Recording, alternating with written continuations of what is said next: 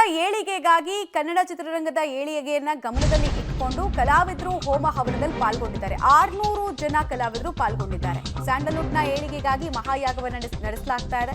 ಚಾಮರಾಜಪೇಟೆ ಕಲಾವಿದರ ಸಂಘದಲ್ಲಿ ವಿಶೇಷ ಪೂಜೆ ಪುನಸ್ಕಾರವನ್ನ ಮಾಡಲಾಗ್ತಾ ಇದೆ. ಗಣಯಾಗ, ಆಶ್ಲೇಷ ಬಲಿ, ಸರ್ಪಶಾಂತಿ, ಮೃತ್ಯುಂಜಯ ಹೋಮ, ಉಡುಪಿಯ ಪ್ರಕಾಶ್ ಶಮಣ್ಣಯ್ಯ ನೇತೃತ್ವದಲ್ಲಿ ಈ ಹೋಮ ಹವನವನ್ನು ನಡೆಸಲಾಗಿದೆ. ಮಹಾಯಾಗದಲ್ಲಿ ಚಿತ್ರರಂಗದ ಹಿರಿಯ ಕಲಾವಿದರು ಭಾಗಿಯಾಗಿದ್ದಾರೆ.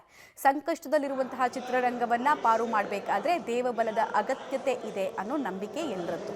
ಹೀಗಾಗಿ ಬೆಳಗ್ಗೆಯಿಂದಲೇ ಪೂಜೆ ಪುನಸ್ಕಾರದಲ್ಲಿ ಪಾಲ್ಗೊಳ್ತಾ ಇದ್ದಾರೆ. ನೋಡ್ತಾ ಇದ್ದೀರಾ, ಚಿತ್ರರಂಗದ ಹಿರಿಯ ಕಲಾವಿದರ ಉಪಸ್ಥಿತಿ ಅಲ್ಲಿದೆ.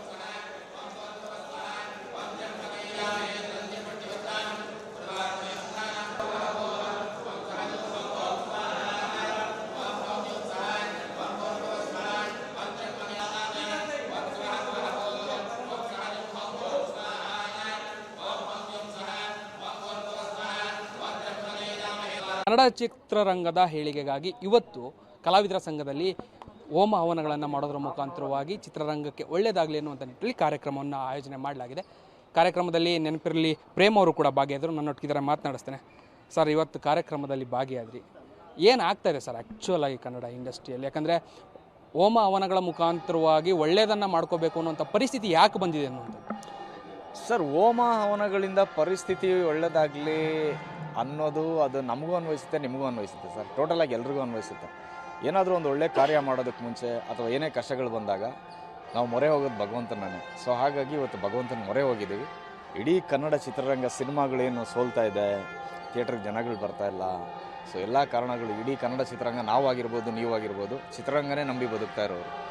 ಸೊ ನಮ್ಮ ಊಟಕ್ಕೆ ಅಂತಲೇ ಕೂತು ಬಂದಾಗ ಏನೋ ಕಷ್ಟ ಬಂದಾಗ ನಾವು ಭಗವಂತನ ಮೊರೆ ಹೋಗಲೇಬೇಕು. ಸೊ ಹಾಗಾಗಿ ಇವತ್ತು ಪೂಜೆ ಹವನ ಎಲ್ಲ ಮಾಡ್ತಾಯಿದ್ದೀವಿ. ಒಂದು ಕಡೆ ಪೂಜೆ ಹವನಗಳು ನಡೀತಾ ಇದೆ, ಮತ್ತೊಂದು ಕಡೆ ಅದನ್ನು ಯಾಕೆ ಬೇಕಿತ್ತು ಅನ್ನುವಂಥ ಪ್ರಶ್ನೆಗಳನ್ನು ಕೂಡ ಕೇಳುವಂಥವ್ರು ಇದ್ದಾರೆ.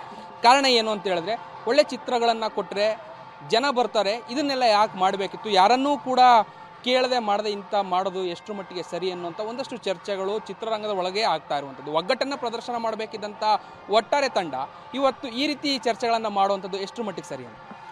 ಒಳ್ಳೆಯದು ಕೆಟ್ಟದ್ದು ಪೂಜೆ ಮಾಡಬೇಕಂದ್ರೆ ನಾವು ಯಾರನ್ನೂ ಕೇಳಿ ಏನೂ ಮಾಡಬೇಕಾಗಿಲ್ಲ ಸರ್. ಇದೇನೋ ಯಾರೋ ಸ್ವಾರ್ಥಕ್ಕೆ ಮಾಡ್ತಾಯಿತ್ತು ಅಂದರೆ ಯಾರೋ ಹೇಳೋ ಪ್ರಕಾರ ನೀವು ಓಕೆ ಎಲ್ಲರೂ ಕೇಳಬೇಕಾಯ್ತು ಮಾಡಬೇಕಾಯ್ತು ಸರ್. ಪೂಜೆ ಹವನ ಹೋಮ ಮಾಡೋದಕ್ಕೆ ಯಾರನ್ನೇನು ಕೇಳಬೇಕು ಸರ್? ಇದರಲ್ಲಿ ಯಾರಾದರೂ ಏನೋ ದುಡ್ಡು ಮಾಡ್ಕೊಳ್ತಾ ಇದ್ದಾರಾ, ಇಲ್ಲ ಅವ್ರ ಸ್ವಾರ್ಥಕ್ಕೆ ಏನಾದ್ರು ಉಪಯೋಗಿಸ್ಕೊಳ್ತಾ ಇದ್ದಾರಾ? ಏನೂ ಇಲ್ಲ. ಇಡೀ ಕನ್ನಡ ಚಿತ್ರರಂಗಕ್ಕೆ ಒಳ್ಳೆಯದಾಗಲಿ, ಕಲಾವಿದರೆಲ್ಲ ಒಂದು ಕಡೆ ಸೇರಿ ತುಂಬ ವರ್ಷ ಆಯಿತು, ಸೇರಲಿ ಅಂತ ಒಂದು ಒಳ್ಳೆ ಕಾರಣಕ್ಕೋಸ್ಕರ ಮಾಡ್ತಾಯಿದ್ದಾರೆ. ಅದರ್ವೈಸ್ ಯಾಕೆ ಬೇಕಾಗಿತ್ತು ಅಲ್ವಾ?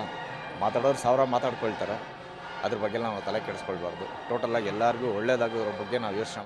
ಇದಿಷ್ಟು ಹಿರಿಯ ನಟ ವಿನೋದ್.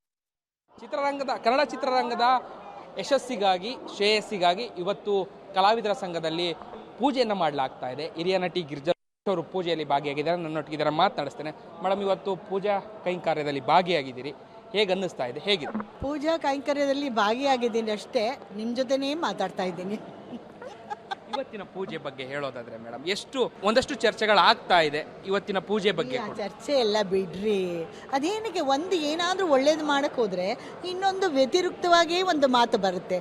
ಯಾಕೆ ಅಂದ್ರೆ ಅದು ಇವಾಗಲ್ಲ, ನೀವು ಯಾವಾಗಲೇ ತಗೊಳ್ಳಿ, ಯಾವ ಕ್ಷೇತ್ರದಲ್ಲೇ ತಗೊಳ್ಳಿ, ಒಂದು ಒಳ್ಳೆ ಕೆಲಸ ಮಾಡಿದ್ರೆ ಆ ವ್ಯಕ್ತಿ ಬಗ್ಗೆ ಇನ್ನೊಂದು ಅದು ನೆಗೆಟಿವ್ ಇದನ್ನು ಹೇಳ್ತಾರೆ.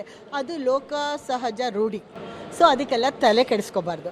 ನಮ್ಮ ಪಾಡಿಗೆ ನಮ್ಗೇನು ಅನಿಸುತ್ತೆ, ನಾವು ಪೂಜೆ ಮಾಡಿದ್ರೆ ಒಳ್ಳೆಯದಾಗತ್ತೆ, ನಮ್ಮ ಚಿತ್ರರಂಗ ಬೆಳೆಯುತ್ತೆ, ನಮ್ಮ ಕಲಾವಿದರು ಉಳಿತಾರೆ ಅಂತ ಅಂದ್ಕೊಂಡು ಪೂಜೆ ಮಾಡ್ತಾ ಇದ್ದಾರೆ. ಸಂತೋಷ. ಪೂಜೆ ಮಾಡ್ತಾ ಇರುವಂಥದ್ದು